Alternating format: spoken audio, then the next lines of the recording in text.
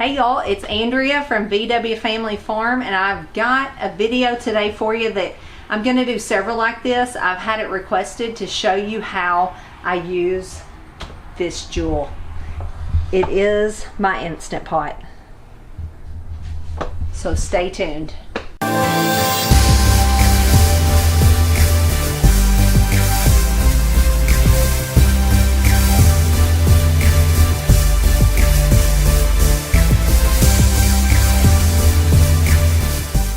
Okay, so you don't have to talk to me very long about cooking before I mention the Instant Pot. I have had this thing for a couple of years, long before they were carrying them at Walmart. I wish they'd had them at Walmart when I wanted them, because I had a hard time getting one. I had to get mine online. But I wound up, now I have two of these things. This is my big one. This is an 8-quart, and then over there on my canning shelf I have a 6-quart. But I've had people request, some people are a little afraid of them. They are a pressure cooker. But let me just tell you a little bit about them. They are, I'm not going to tell you never in the history of the world would they blow up, but I've never heard of it or anyone being hurt by them like they are an old-timey pressure canner or cooker if you're not familiar with what you're doing. But to me, even the old-timey ones are safe if you know what you're doing. So, but this one's electric. It does not heat up to as high pressure as a old-timey one that you have to control the heat yourself. So it controls its own heat. It has this valve that on the top, you can set it to sealing, which is going to pressure, or you can let it vent, which is going to use it like almost like a crock pot, or you can even saute and stuff in it. It's got all these functions. So I'm going to start basic today. I'm going to show you how I take, these are one of our whole pastured chickens. It's frozen rock solid, and this is big. This is a big chicken. So in the oven, this would take me a few hours to cook. Well, this thing is going to cook it in about 45 minutes, and it's going to be falling off the bone tender. So I'm just going to put it down in there. And this is some lemon pepper seasoning from Azure Standard. But before I do that, I'm going to put a little water on it, okay?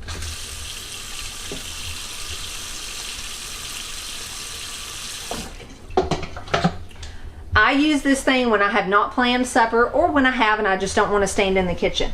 But this is going to do the work for me. Once I get it set, it's going to do the work, and then supper's going to be ready for us. Or sometimes I'll use this for lunch.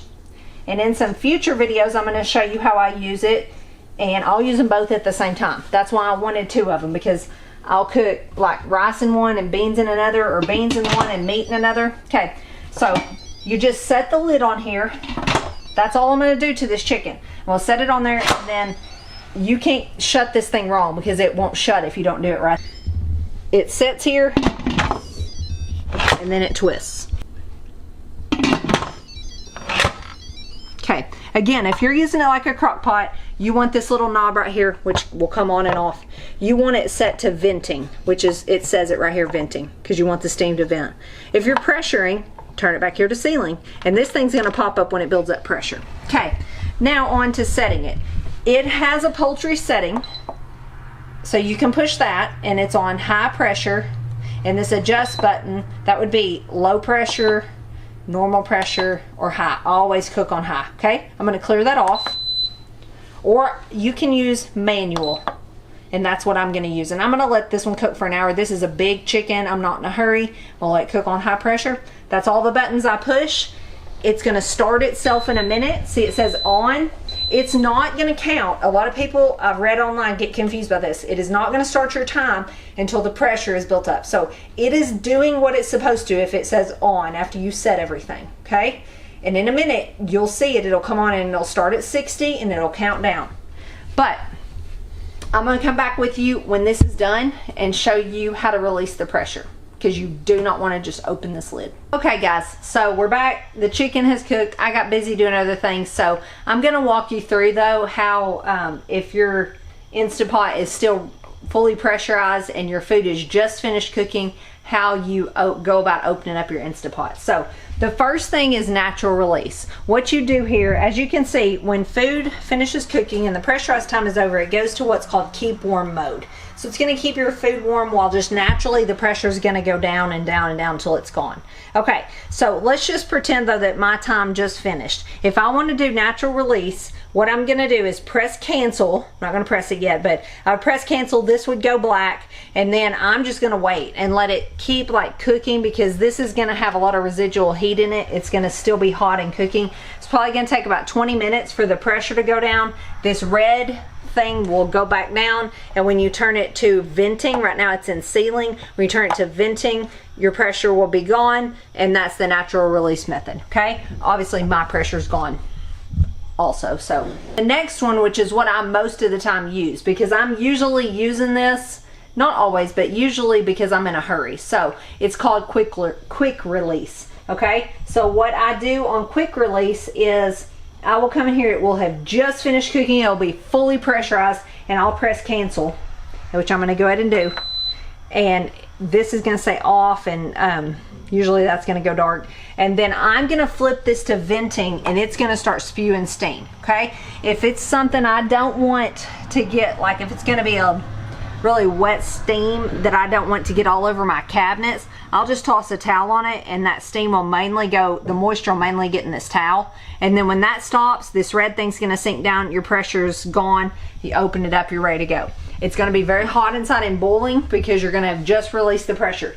But it's my understanding this lid is not going to open until this drops and the pressure's released anyway. So that's one of the safety mechanisms of it. Okay, the last is the 10-minute natural release. So like I said, natural is where you just turn it off, let it, it's going to take 20 minutes to go on its own. Quick release is where you flip this and you make it go really fast. 10-minute natural is kind of combination in between. What you're going to do is you're just, instead of just turning it off like you did on the others, you're going to let it go to keep warm mode for 10 minutes. And then that's going to release some of the pressure, but not all of it. And then after the 10 minutes, you're going to flip this and let it vent. Never use that. I either am busy and it just depressurizes itself like natural release, or I'm in a hurry and I just turn it off, flip this, let it release on its own.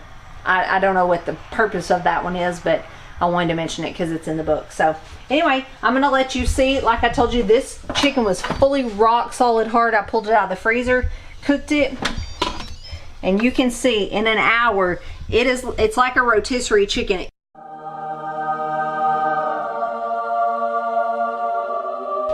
Anyway, that's all there is to cooking. This is basically my go-to recipe if I'm in a hurry. I'm going to be doing some more Instant Pot videos, so stay tuned for those, some little more complicated dinners. But anyway, if you have one and haven't used it, pull it out and use it. It is awesome. See you on the next video. God bless.